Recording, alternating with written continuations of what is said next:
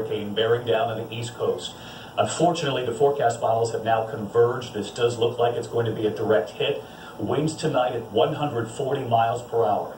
The National Weather Service just out with its newest guidance tonight. Hurricane Florence is a Category 4, likely to make landfall along the coast of the Carolinas Friday morning between 6 a.m. and noon. This all could change, of course, and just look at this tonight. The eye clearly visible right there. A very strong storm, and one of the things they're also worried about is once it slams into the U.S., another system might just hold it in place, dumping several feet of rain.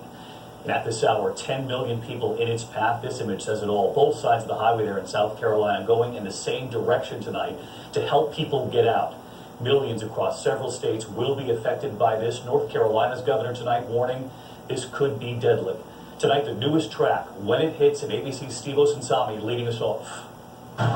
From Charleston to Columbia tonight, and from Myrtle Beach into North Carolina and Virginia, more than 1.5 million people are heading one way, away from danger. Enough clothes for I'd say about a week in case we can't come back right away. Jennifer Forte and her son Robbie piled their dog into the car and didn't look back.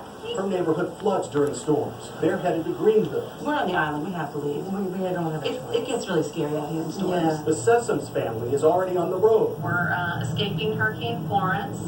We live in Wilmington, North Carolina. They were stuck in traffic today on their way to Asheville. Good luck to everybody out there in the path of Hurricane Florence. The eye of the storm is only getting bigger, and hurricane supplies, like bottles of water, are getting smaller. I'm getting it for my sister, my brother, my dad, and my children. The governors of North and South Carolina say their evacuations are mandatory. In South Carolina, they cover most of the coastline. This storm is a monster.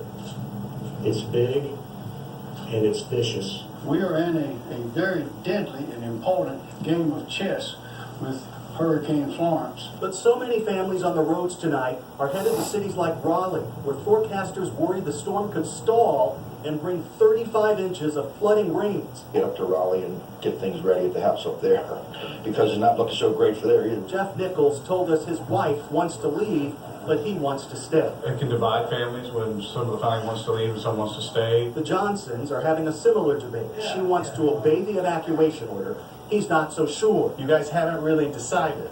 Not as of yet. We're packing like we're leaving, but we're hoping that we get to stay.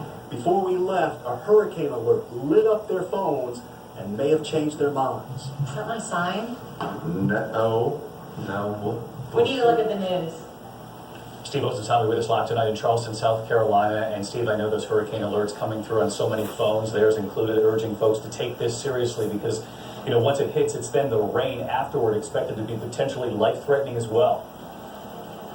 That's right, David, and we can show you what people are so afraid of. Take a look at where we're standing right now. We're at the corner of East Bay and Water Street. And a year ago this time, when Hurricane Irma hit, this is what it looked like. Streets were flooded, cars were underwater, and this wasn't even a direct hit. They don't call this the Low Country, David, for nothing. That's right. That was several hours after Irma made land.